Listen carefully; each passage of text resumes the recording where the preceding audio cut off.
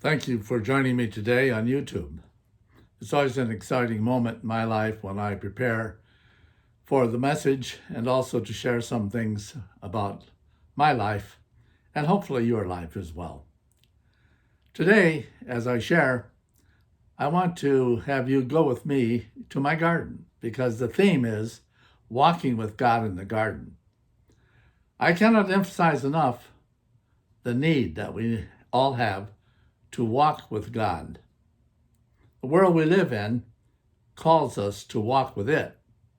But when we walk with the world that is all around us, we walk into confusion, doubt, friction, depression, discouragement. The list goes on and on. But when we take the time to walk with God, then we can reflect on what God has to say to us. We can look beyond ourselves to see something much greater, more important, more significant, more beautiful. Walking with God is an illustration of what took place when God created the garden for Adam and Eve.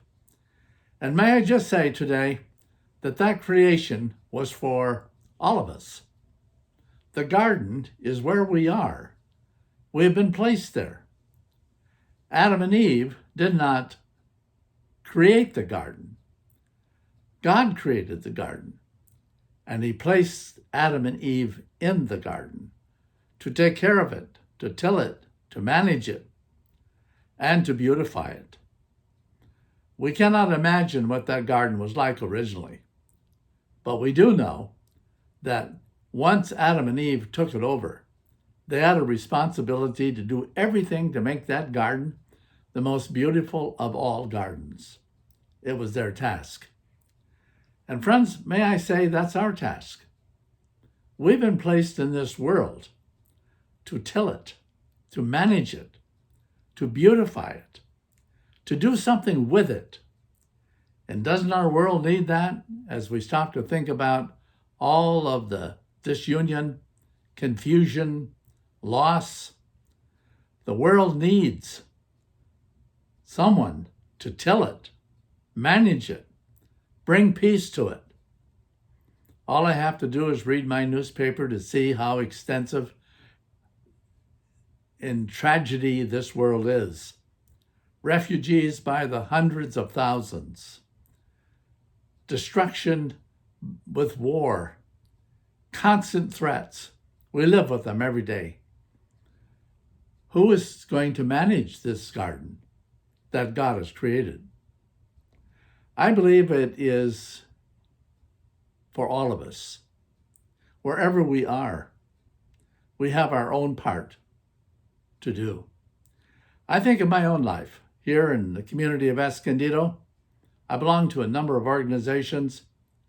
I try to bring some order out of the chaos that I see around me. And I want to say that it's a beautiful thing to be able to do that, to see some progress, to see steps of help, lifting lives that have been torn down by circumstances and by the forces of nature. To be able to help create something good in the garden by tilling it and managing it is the greatest joy that one can have on this earth. And I hope that you have something in your life today that God has placed you in the garden to take care of. May God bless you as you engage in that enterprise. But today, I want to do something a little different with you, and that is take you into my garden. I want to share my garden with you, as God shared the Garden of Eden with Adam and Eve. But I want to use a passage of scripture today that illustrates the marvel of participating and of sharing one's life with another. It's a story which is found in the Old Testament, or the Hebrew portion of the Bible, and it's found in the book of the Judges. The story is of Ruth. Ruth was a Moabitess, and her mother-in-law was Naomi. Just by a quick background, Naomi and her husband have gone to Moab because of a famine that was in the land of Israel. While there, they had 2 sons, and the sons married Moabitess women. But in the strange ways of God, both Naomi's husband and her sons die, leaving 2 daughter-in-laws with Ruth, or Naomi. And then this time comes for Naomi to return home. And she tells her daughters-in-law to go back to their people and to worship their gods. But there is one of the 2 daughters-in-law by the name of Ruth who says this to her mother-in-law, Naomi. Let me read it for you. It's found in the book of Ruth, and we begin with the 16th verse. But Ruth replied, "Don't urge me to leave you or to turn back from you. Where you go, I will go, and where you stay, I will stay. Your people will be my people, and your God my God. Where you die, I will die, and there I will be buried. May the Lord deal with me, be it ever so severely, if anything but death separates you and me." I have used this quote many times in weddings that I've done, and I've done many of them. And I can't think of anything more touching or more significant for a husband or a wife to make such a commitment to the other. I will be with you no matter what. We use that expression in life or in death. Sometimes we don't know how close death or struggles may come. But for Ruth to make such a commitment to her mother-in-law is something that I use today as sort of an illustration. This is an illustration of a human being committing to another. But what I want to do today with you is to share my garden with you. The garden that God has given to me. I want to give it to you. I want you to be a part of it. Enter into my experience with it so that you can take ownership of it. I'm not going to give you the title to my garden because I don't think you want that, but you can share my experience. The first thing I want to share with you is the soil. There's nothing more wonderful than good soil. And I've worked hard to build the soil so that it's very productive. I've had people come and make compliments about the soil, but I give that to you today. I want you to be a part of that. And as I work that soil, I want you to know that we are going to till it and we are going to manage it together. And as we do, it is to turn it over, maybe with a rototiller, maybe with a hoe or with a shovel, however you want to join with me in making that soil ready for the garden. The next thing we're going to do is we're going to level it. We're going to rake it out. We want our garden to be manicured. We want it to look great.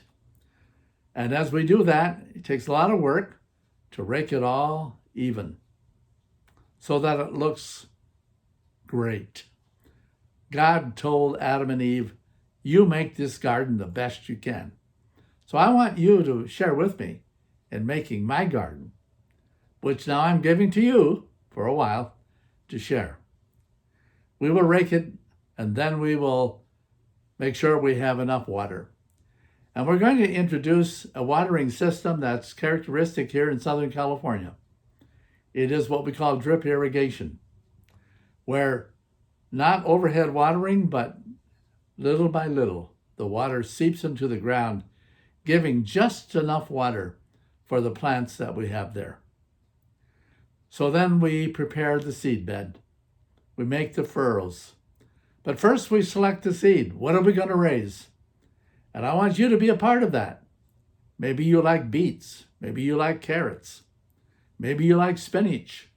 Or maybe tomatoes, cucumbers. I'm going to give you the right to put whatever seed you want to put in this soil. As we put the seed in, we cover it over and just tap it down lightly. And now we wait for the greatest of all things, and that is for the seed to sprout. And the first sign of life breaks through the soil. And we can't wait for it, but we have to. And there it is. The plant begins to emerge. But now we have to be careful, because we can get so caught up in waiting for the plants to come that we don't see all the weeds that follow. So we have to take time. And I want you to share with me with that and take these weeds out. And then we're going to watch, little by little, as these plants grow.